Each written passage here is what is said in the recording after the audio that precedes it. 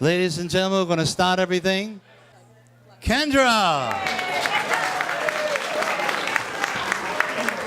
So when Steve and I were talking about kind of how we wanted to preface the discussions, the speakers and such, we started talking about it really is all about the history of the club and all of us. So we're going to kind of try to keep on that theme as we go through some of the speakers and some of the things we're going to talk about. So I'm going to start it off and first just have a moment of silence or remembrance for our past friends and golfers who obviously for the last 100 years have just made quite the presence in this club. So just a moment of silence.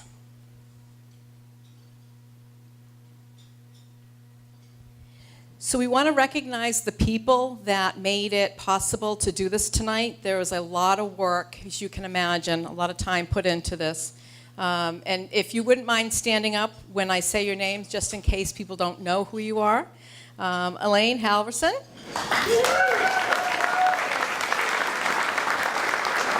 Chris McGrath. Linda Bouchard.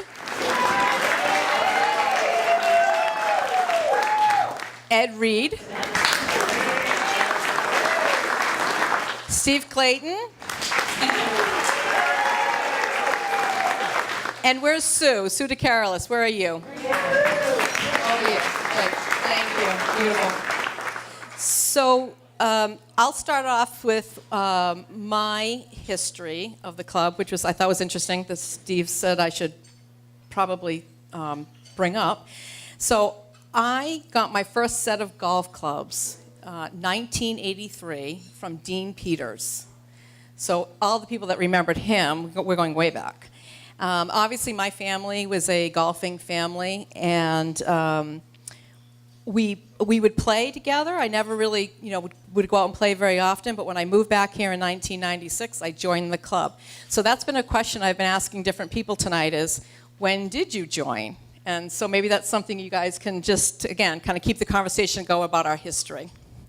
And so really what golf and what this golf course and this club has meant to me is it's mostly about family and about friends. And I think that as I look around the room, same thing, I can see people saying, I remember. Here's Natalie over here waving, saying, of course, yeah. So again, might be something to ask people at your table or as you're talking tonight about when did you join the club and what has the club meant to you? And it would be a kind of just a great segment to go into about the history of all of us. So we're going to go right into the speakers. Our first speaker is Ed Reed, who, as you know, is the president of our club. So I'll give you a little bit of history on Ed. He has been our president of the board for the last 6 years. I just found this out. He started as a caddy, which I thought that was quite interesting.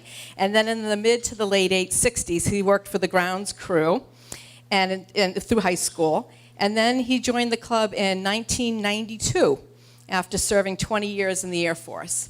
So I'm going to pass it over to Ed. Thank you very much.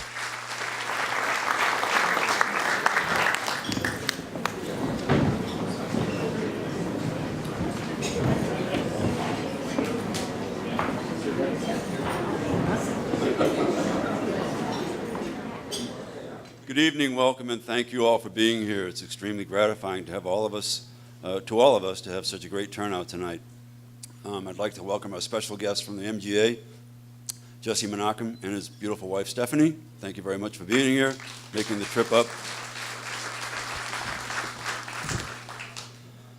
100 years ago tonight, this very moment, this beautiful building was brought to life by a fairly small group of members who opened the door to the residents of Rockport. What a night that must have been. A small orchestra played in that hallway up over the bar. And this being Rockport in 1915, I'm sure iced tea and lemonade were the strongest liquids consumed. Or they might have had a special invite to that Coke machine back in the old 19th hole that would spit out beers instead of Cokes. Back in 2012, a decision was made to have a book written chronicling the first 100 years of the Rockport Golf Club. A gentleman who serves on the board of directors and has been around this place for a long time, jumped into the project with both feet, finding noted author Gary Larrabee and putting together a group to work on the project. Fred Peterson is our de facto club historian and will be speaking momentarily about the project and the group. Fred, could you please stand up? Nice round of applause for Fred, please. Great job, Fred. Great job.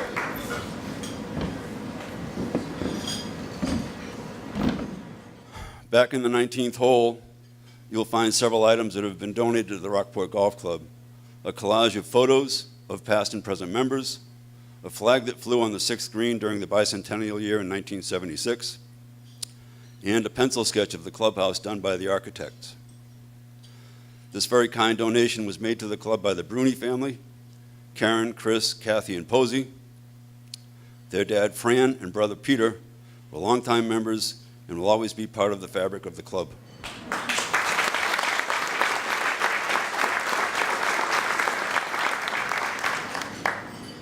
There is a member here tonight who some might think could tell us firsthand what it was like here that night 100 years ago. But Bob says that's just a rumor. Bob Balzerini joined the Rockport Golf Club in 1958. He's been a loyal member and served on the board of directors for many years, including at least one stint as president. He continues to this day to bring some game and a lively personality to Rockport Golf Club, and hopefully will continue to do so for many years to come. Bob, could you come on up here?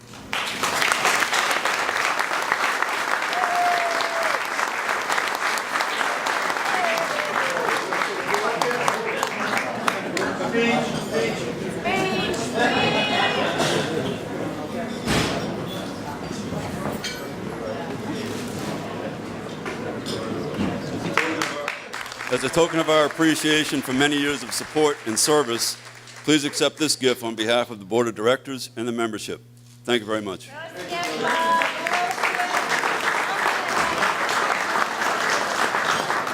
Thank you, everybody, for coming again. This is a tremendous turnout, and I'm thrilled by it. Thank you very much.